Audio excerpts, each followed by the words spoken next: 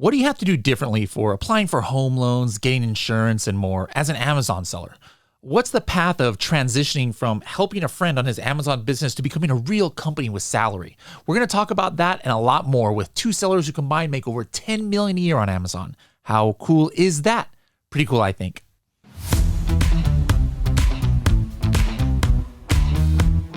Hello, everybody, and welcome to another episode of the Serious Sellers Podcast by Helium 10. I'm your host, Bradley Sutton, and this is the show that's a completely BS-free, unscripted, and unrehearsed organic conversation about serious strategies for serious sellers of any level in the Amazon or Walmart world. And we are, it's not Thursday when I'm recording this, but it's Throwback Thursday. For those of you watching this on YouTube, you'll see I'm wearing the old school Helium 10 logo circa 2017. This is now a collector's item. It's going to make big money on eBay. Eventually with my collection of the old logo. But anyways, shout out to all you old timers out there who recognize this logo. A couple of those are probably on here on the call right now. We got Ryan and Jake. How's it going, guys? All right. I got my new logo on. Yeah, Jake's repping the new Helium 10 logo on here. Now, this is not the first time they've been on the podcast. Actually, Ryan, this is like now his third time he's been on the podcast. This is Jake's second. They were together in an episode last year, early in 2021. So make sure to check out that to find out a little bit about Jake's backstory, and then go back to older ones to see about Ryan's backstory. We're going to focus on a little bit different things than we normally do today. But before we get to that, I just want to just get an update on where you guys are at. This is the first time we're talking in 2022 as far as looking at your last year's sales. So Ryan, how was 2021 first of all for you on the different platforms, Amazon, Walmart, and the different ways that you're selling? We saw a decline in the private label, about a 30% decline. And a lot of that was due to just being out of stock the first half of 2021. And that's partly due to increased sales in 2020 that we did not forecast happening. And then we also switched to Vietnam, and we had some issues with that factory and the capacity. But the other stuff, the resale products that we do are still strong. I have some plans for some new products to do as well, a brand to do. Okay, cool. Excellent. So I remember the last time we talked, you were kind of like, was it like mid seven figures there? Did you ever come close to hitting that 10 million mark overall, or where were we at? Yeah, so we were over 10 million in 2020, and we were still 10 million in 2021. When you roll everything together, it was 10 million. How about just on Walmart though? Like, was that also the similar trajectory, or did that actually go up while Amazon went down for you? I think Walmart's been pretty steady, between 50 and 60,000 a month. Okay, excellent. All right, now same question for you, Jake. What did you guys end up with in 2021? Like, how did you end the year? I know you had different things that were on the rise, like you're ramping up Shopify and some actual wholesale, getting to some distributors. So how did it end up for you for the year? Yeah, overall Amazon sales, we actually ended up about the same as 2020, but we had actually cut a ton of SKUs. So, it kind of evened out, which was awesome. We didn't quite hit our seven-figure goal for our Shopify site, but it was almost 3/4 the way there. And I think it's going to be well on its way already this year. And actually, I think last month we did on the Shopify site 50% of what that brand did on Amazon, which is a pretty big deal because that brand accounts for like half our Amazon sales. So it's definitely moved in the right direction. Okay, cool. Excellent. Now going back to, Ryan, this is, we're not going to talk too much about strategies. I'm not, if you're doing something brand new and something new and exciting, we definitely want to hear about it. But I imagine a lot of the stuff you were doing in 2020, 2021, 2022, just minor updates here and there. I'm sure we'll talk about that. But I wanted to focus on kind of like your life cycle as an Amazon seller. You've been selling on Amazon for a number of years now. And you've found a groove, like who doesn't want to, be reaching about 10 million in sales, between your accounts and ones that you have with partners and things like that. But I'm just more interested in like lifestyle, like I know you're kind of a humble guy. You're not the kind who's going to go out in Lamborghinis and stuff like that. But like from people, I'm sure you keep in contact with people that you went to high school or college with. Like, what are some things that you've been able to do thanks to having Amazon as your business that maybe, some of your fellow alumni are not able to do? Or, I'm sure some of them might be more successful to you, but I would imagine that you're one of the most successful ones from your graduating class. Sure. So one of the things I did in 2020 was get a VA, and that's been fantastic because I was able to offload quite a bit of work onto her. And I've been working very, part-time hours from home. So I was working from home for a while before, COVID hit, and now everyone works from home. But I used to have to make excuses why you could hear kids in the background, but nowadays it's like it's the normal. Everyone hears that. But yeah, I mean, the thing that makes me a little different than the people I graduated with is just the flexibility, location, time. When you kind of systemize and have a VA, it really helps out so that we got Disneyland season passes, so we go frequent, and we'll go for a couple days at a time.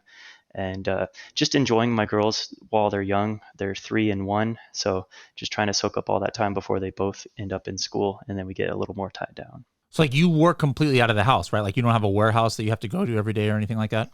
Right. It's 100% at my house. And how about your wife? Does she work out of the house or is she stay at home as well like you? Yeah, she is stay at home as well. She works a part-time pharmacist job that she can do remotely. So it's really flexible. It allows both of us to be around the kids, which is great. What about payments? Like do you own your house outright? Are you making payments? Do you pay cash for your cars?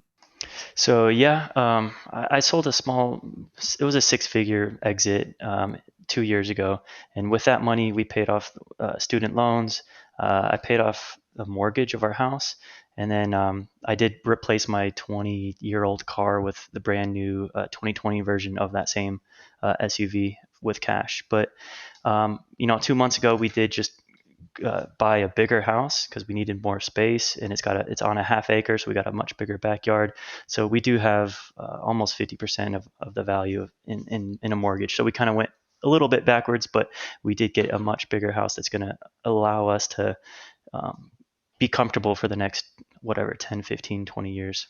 Okay, cool. Now I haven't bought a house in years, so I don't even remember what the process is like and credit checks and things like that. But for an entrepreneur like yourself, I'm assuming you're not, I don't know, are you getting a salary? Like, how do you get a loan at this point? Like, since you don't have necessarily pay stubs, or do you have pay stubs? Yeah, so it is very challenging to get a loan if you're like a 1099 or if you own your own business, they really scrutinize that and makes it really difficult. So that's where the brands that we have with partners really help me out, because I've got a couple of income sources, 3 of them.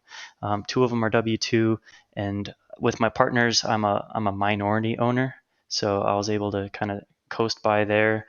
One of the partners on the pet brand, he has his own company that I'm a W-2 employee on, and I don't have any equity in that company, so I guess maybe that was the kind of loophole that allowed me to get through. But yeah, you're right. They did not want to accept any of my 1099 income, provided that you have to have like 2 years of steady history with that specific 1099 source, and even then, it's still like they're scrutinizing it. All right, so like in retrospect, for let's say somebody's in your shoes from you 5 years ago or 4 years ago, what are some things maybe you would have done differently? Like would you have set up a different kind of corporation? Would you have started, 1099 earlier? Would you have, done your accounting in a certain way that because, now you have to do it a certain way because you've been doing it for so long? Just things like that. What in retrospect would you have changed that maybe, somebody out there is listening and they were the Ryan from 2018, that you would have done differently? Yeah, so I mean, consistency is key. If you do need to go get a loan, then you really do need like more than 2 years of history with whatever you're doing. So that's one thing. The other thing is, I mean, yeah, we were structured as a C corp, but we still are, and I don't think that's the best way to do it. But I do pull a salary, a W-2 from that business. I think you can also do the W-2 through your S corp. I know that there's benefits to not having W-2 as much, so you can save on those payroll taxes and try to do the dividends or distributions for the other part. But in terms of getting a loan and stuff, I think they'd much rather you have the W-2. And honestly, I think just me being a minority owner and not the 100% owner also helped out as well, kind of put the burden a little bit more on my partners in the way that these financing companies are looking at it. Also, my spouse's income. If someone listening has a spouse that has a traditional W-2 job, that a business that they do not have ownership in, that's obviously going to probably take priority with these lending companies. Okay. Now, last question for you, on this subject at least, is insurance. Like medical insurance and dental insurance. Those who work in the corporate world, usually that's part of your benefits package, right? But how are you making sure you and your family are covered? Like, did you have to get your own premium? You get your own premium or something? Like, how do you, or is it through your wife's business? How's that done? Yeah, so we do have to buy that independently. I'm a big fan of like Dave Ramsey, or used to be, and he's got these endorsed local providers, he calls them. So I just did a Google search for Dave Ramsey endorsed local provider. He calls them ELP, and then that came up with some people. This one insurance agent, I think he's just in um, Arizona or whatever. And I guess the point is these guys go through a test to for ethics and all that stuff. So he offers me a really great plan that is very reasonable. I think it's like $500 per month for the family of 4. So I think we got okay insurance based on that. That's not bad at all. Yeah. All right. Let's flip over to Jake now. Jake, you're in a little bit different boat, but kind of like clarify for me, like, are you a part owner at all of the company or the Amazon accounts that you work for? Or are you just considered an employee, like, the head guy, or do you have ownership in it? How does your setup work for your? I'm a guy on payroll, just a regular salary. I like it. And there's probably more people out there like you than there are, possibly like Ryan here. So walk me back again. I forgot how you got set up. I remember, how your origin story in e-commerce, but how did you get this exact job? Started working for a friend. I was kind of actually thinking about it yesterday. I've worked for Mark since like 2008 when he was a newspaper editor at a local newspaper. I started stringing freelance for them, and he had a business on the side that photographed running events all over the country. Just kind of started doing more there, and when iPhones and stuff came out, a lot of that revenue started changing because people were happy enough having, a crappy little cell phone picture. And he read a book on flipping used books on Amazon. So that kind of started that journey. And we'd be driving all over the country, cussing at him for stopping at all these thrift stores, making the trip 10 times as long because we're driving in a minivan. And he started doing arbitrage stuff. And at a certain point, he couldn't handle it all. So I kind of started helping. I made my own Amazon account, was doing it, and we were shopping at all the same places. So it's like, this is kind of stupid. I'll just help you. And I started at like a flat rate per month on the side. And now I think I started full time with him in like 2014. So, I mean, the business was started around. Well, hold on. Let's talk about that, because that's interesting to me, because I like this transition too. It's similar to what I was talking about with Ryan. There's plenty of people out there. You got a buddy who sells on Amazon, or you are the Amazon seller, and now you have a buddy that you want to come and work for you. So like back in, before 2014, it was kind of like a what, an under the table kind of thing where, he gives you some money kind of for a contract employee. I had my day job, which was driving a box truck across Kansas, delivering magazines to warehouses, and that was salaried. And I was able to whittle down my route to like 2.5 days. So I had free time, and I was still getting my 40-hour salary on that. So I'd go in and prep product for Mark, and, at a certain point, we were getting enough inventory that he could pay me full time.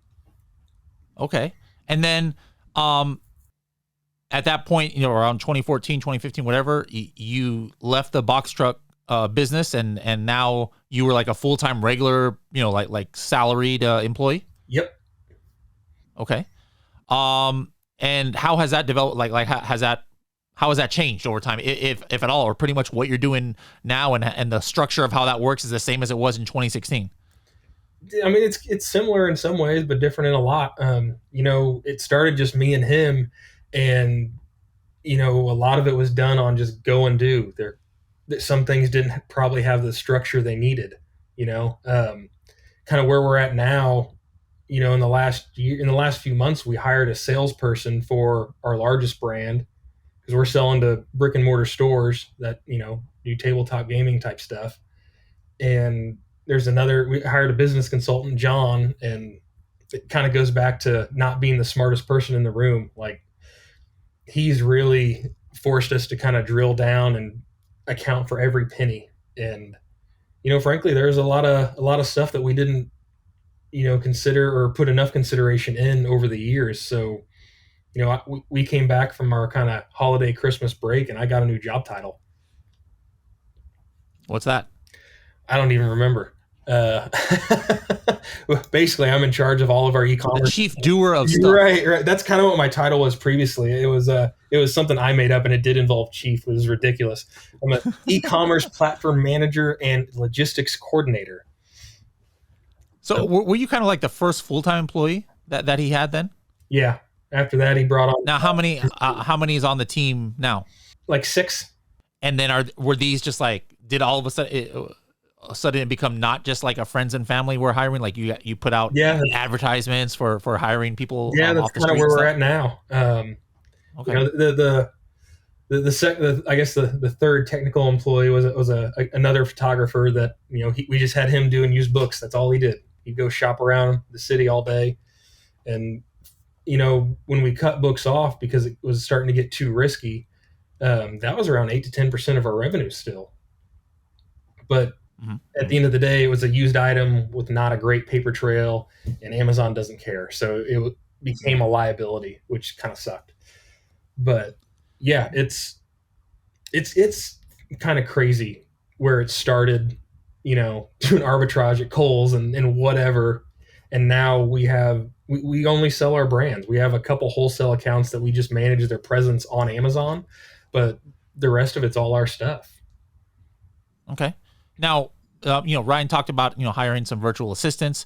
What about you guys? Are all of your employees or people who work in your accounts all local, right there where you all are at? Or do you have virtual assistants from other part of this country or other parts of the world? Yeah, most of it's just all in our office. Some of the creative stuff, we've always, like some of the like box graphics and whatnot, we have guys we work with.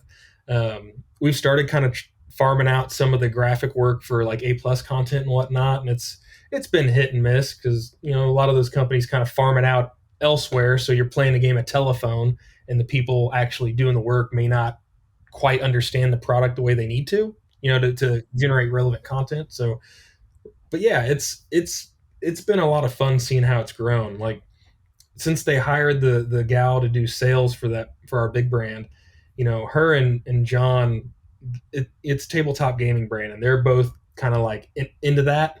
So like hearing them down the hall get all excited and talking loud and kind of talking about all their marketing plans for the next few months, it's exciting. Like it's fun to be a part of. Cool. I like it. It's cool to see like how things are built up from the ground up. We got different stages here. We got somebody like Ryan who kind of did it all on his own in the beginning, and now we can see he's in a groove and see how what's he's learned from the experience. And we got somebody on the other side. Jake is helping out a friend, and over the last almost 10 years now, we can see how that's evolved into now like a legit company out there. So let's take it back down to like maybe the micro level. Let's go back to Ryan a little bit. Obviously Helium 10 has played a big role in your journey. What are a person or a seller of your level? How are you and your team handling like Helium 10? Like, what does Helium 10 do as far as part of your SOPs, that you guys are doing daily, weekly, or periodically? What are some tactics and things that you're using the tools in? Yeah, we're primarily using Helium 10 to just research new product opportunities, take a look at, I think Cerebro is what we use most of the time. Cerebro, Magnet, just the very basic stuff. We're not super sophisticated Helium 10 users, but I think we set up the market tracker, and I was just thinking about that earlier today. I need to really dial that in and get it going. But yeah, there are some elite only options, like they beta test the elite group, and I was just starting to plug into that today. So I do need to get more involved in that part. Okay, cool. Have you used any of the Walmart tools at all, or since it's not, or are you doing private label on Walmart, or is it still mainly like wholesale and things like that? Yeah, we're mainly just doing the resale products from our distributor on Walmart because we noticed that our pet products, we really just weren't getting any traction. There's some issues with the listings that I still need to get resolved, and we're using like Celebrate to integrate. And I think there's some a disconnect between Deliver, Celebrite, and Walmart, and we got to get that resolved. And I haven't really gotten that figured out yet. And I don't know, it just didn't seem like very much sales opportunity for those specific products. But a lot of people are buying food on Walmart, so that's been fantastic for us. And these are like existing listings that we don't really have much content for these listings, so we haven't been optimizing or doing anything like that. We just throw up the content that we got from the manufacturer, which is very, very basic, or the listing's already created in Walmart, and we just put our offer up there. How can somebody else like find something like that? Maybe it doesn't have to be in the food industry, but like, that's a, pretty decent gig that you got going on Walmart, where you're not having to do too much effort. Like, you're not having to worry about listing optimization, but how does one go about finding a supplier that could get them product at a price that they could, still make some decent margin on Walmart? Yeah, I'd say it's a lot more difficult nowadays than it was, say, 5, 6 years ago or more. Back then, it was so easy to contact these suppliers that most of them didn't have any presence on Amazon. So someone like us can go in and sell our services and get their contract. And that's what we did with our food manufacturer. And then they shut the doors like probably 4 years ago. They're not accepting any new clients. There's like a handful, maybe 2 or 3 of us that sell on the Amazon, Walmart, eBay, Google Shopping, whatever, but they're not accepting any new ones. So it makes it a little difficult, but there is some hope that by going to trade shows, you might be able to connect and network with people face to face and see some opportunity. These people are creating new, maybe they're representing new brands, and that brand has no presence online. And just I'd say networking would be the way to do it nowadays. Okay. And now, what about on the private label side? You say you use Helium 10 to try and find new product opportunities. I'm assuming like your brand, you've got your core brands, and you're just trying to see what in those niches maybe there's still opportunity in. What are some, like, how are you using Black Box or the tools? Like, what are you looking for? Like what are your indications that there could be opportunity? You looking at reviews? You looking at sales? You looking at some title density? Advanced metrics. What means opportunity to Ryan and his team? Yeah, so I follow this other influencer in the space. He's really well known, and he's got a method using Cerebro specifically, basically utilizing you can use the CSV export function if you're going to do it at home, and then kind of opening up that file and doing some manipulations to it, just taking a look at overall how many of your competitors, like the 20 results for a keyword, how many of those people are showing up in the first 30 search results for each keyword, and looking at prioritizing the list of keywords based on how many of those 20 show up on that first 30 spots. So if it's like 10 of the 20 are showing up in first page for this search term, then that must be a really good search term. So just kind of looking at opportunities in that place. Maybe you can see that there's a list of keywords here that, oh, wow, there's only half of the people are showing up. So, and there's still lots of potential out there. There's a lot of volume in this particular niche. So there's some opportunity for me to come in and be the 11th person to show up for this list of keywords. Okay. Are you using brand analytics at all as part of your research process? I have not. I need to. That's a treasure chest of data that I really need to go into. And then also the new product opportunity explorer looks pretty cool too. I've taken peeks, but I kind of forgot about it. Let's switch back over to Jake now. So Jake, what about you? Like for you and your coworkers there, what part of your daily schedule or weekly schedule is a Helium 10 tool being used? What are the main ones that you guys are using, and how are you using them? I kind of use the originals a lot. So the keyword research tools, all that stuff. Because a lot of what I'm working with is detail page copy and optimizing that. we haven't done a ton of recent new product research just because we have so many irons in the fire at the moment. And we're kind of trying to get our legs back on, really deciding on what to cut, what to keep. There's a fair amount we're cutting because it's like they're okay, but the reality is they're taking enough effort that we could. Oh yeah, hold on a moment. Before we get back to Helium 10 tools, let's talk about that. What's the J criteria on if something gets the axe, like on one of your SKUs, or something that makes the cut and it's gonna, you're gonna focus on it? The threshold there. I mean, we're kind of SKU heavy for how much we sell. So I think the way they're looking at it is, if it's not doing at least 500 a month and contributing without a lot of effort, then they're probably taking a pretty hard look at it. And there's always context around that because a lot of our products have color variations. So like if the MOQ really isn't that high on yellow or pink or whatever, and it can exist and not take a lot of effort, those are still drops in the bucket. But if it's taken away, attention and effort that should be used elsewhere, I think those are kind of the things that they're looking at pulling. And there's some colors that do terrible on Amazon that do great on our Shopify site. So, that's always kind of the other side of that too. I'm going to ask this question to Ryan in a little bit, but what about the last year? Since we've been on the podcast probably one of the biggest changes was the shipping and pricing and like, prices going up, manufacturing and shipping times, especially from China and India, are just like out of control. How has that affected you over the last year? Like, have you been out of stock on things, and what have you guys done to try and mitigate that? Like, are you raising prices, or you having to order more? Talk about that. We raised prices across the board. We had to. And in a sense, I think that's kind of okay because a lot of our products were trying to sell a better quality item, something or an item that solves that problem better, whatever's applicable. Like we stopped trying to play the low price game. There's kind of a butt for every seat, right? So the ones with tight wallets we're trying to avoid in some sense. But yeah, I mean, we had to pass it on. And the tariffs, when those happened, we kind of ate that. We dealt with it. It was okay. Not okay, but, it was doable. But then once all that freight, went from $4,000 a container to 25, 30, that wasn't digestible. We had to react to that. So, but yeah, I mean, we raised prices across the board. I mean, to be honest, how about your competitors?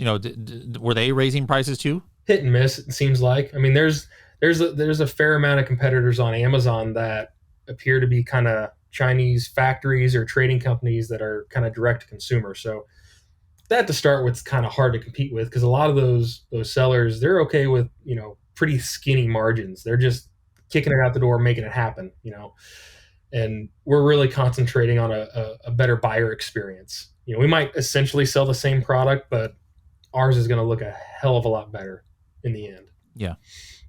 Now, when you were launching products back, before like November of last year, were you using any like search, find, buy techniques or rebates or things like that?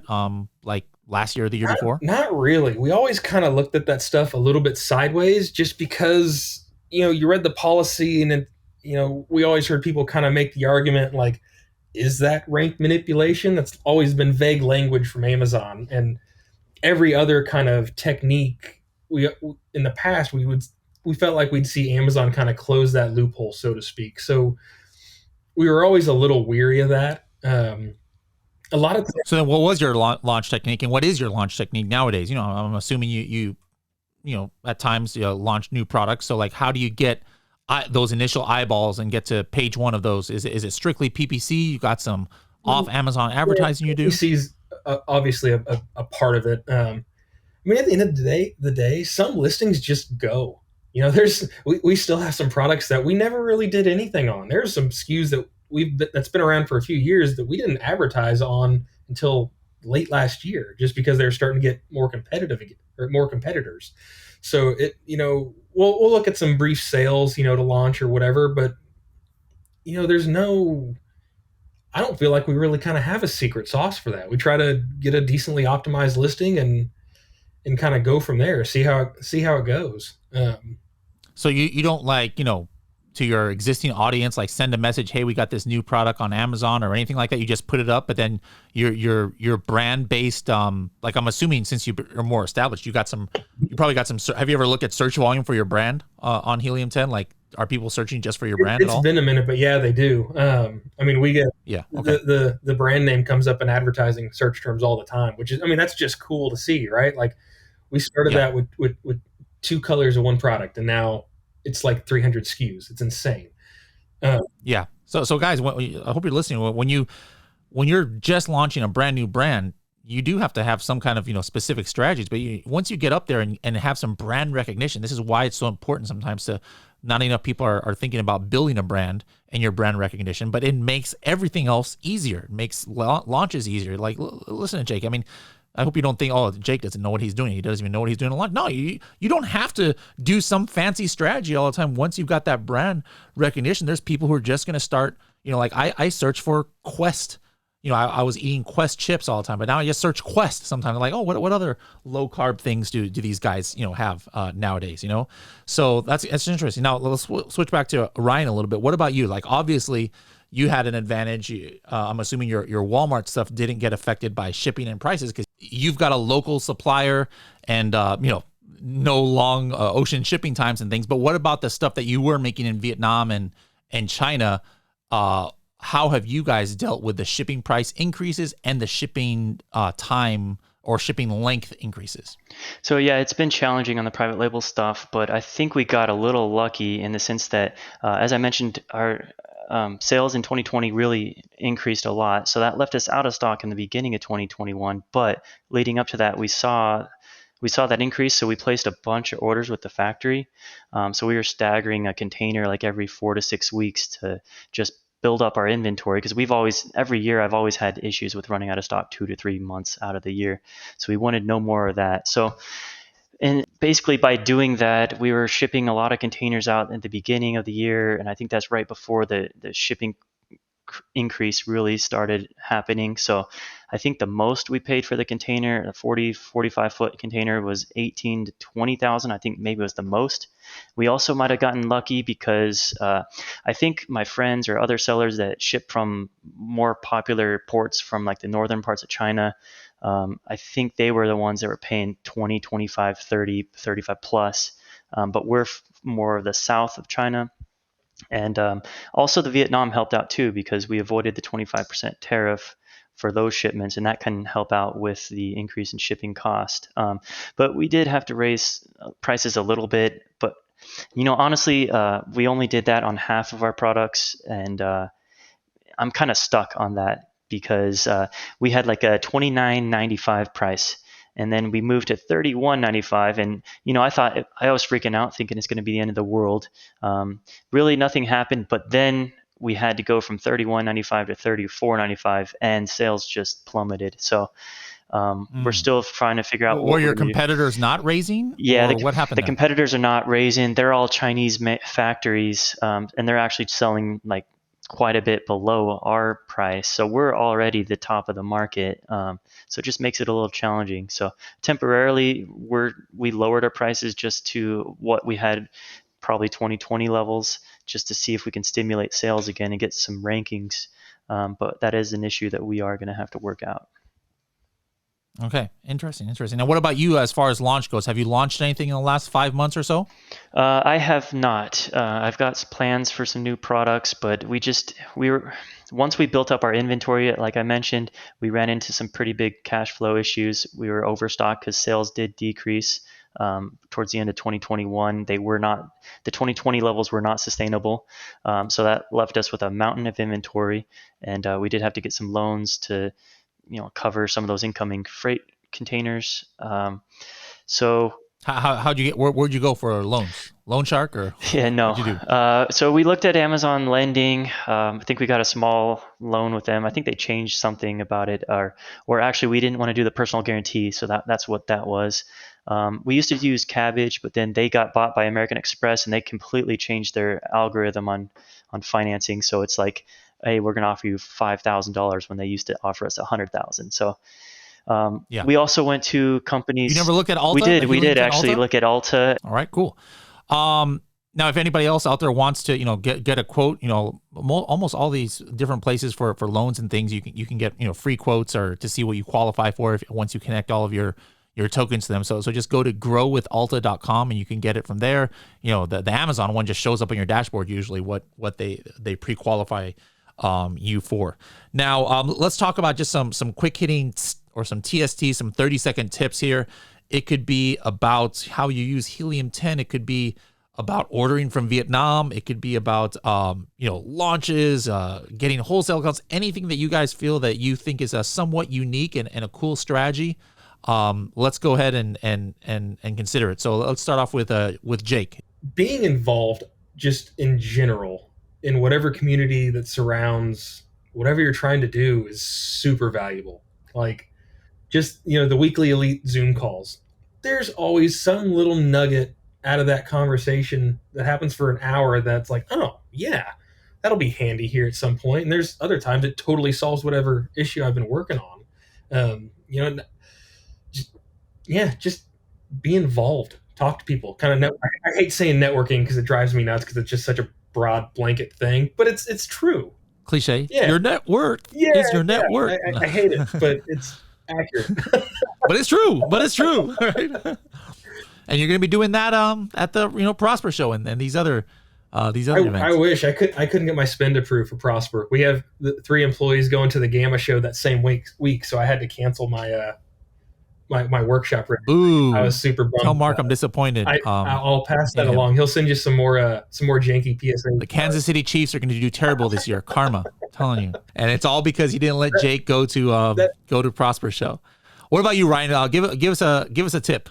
So nowadays, everyone has seen the rise of the aggregators. Now there's 100 plus aggregators out there. So everyone's all excited about selling their business, and multiples have generally doubled essentially from where they were a couple years ago. So I think in that regards, everyone should be doing their due diligence to make sure their business is ready for a sale. Even if you don't want to sell it, just having your bookkeeping in order and everything lined up, because you never know how quickly things will change, and you just want to take the cash out from your business. So I'd really recommend, Joe Valley wrote a book, The Exitpreneur's Playbook. It's very small, simple to read, but wow, it's got a lot of really good advice on how the selling a business works, the process goes, and what the buyer's looking for, tips for the sellers, how to get your books in order. One of the biggest things is add backs. You really need to study what an add back is and what are eligible to be added back, because a lot of people selling their business, they're leaving so much money on the table. And I mean, yeah, you can go out and sell your business yourself. The aggregators make it super easy for you to go contact them.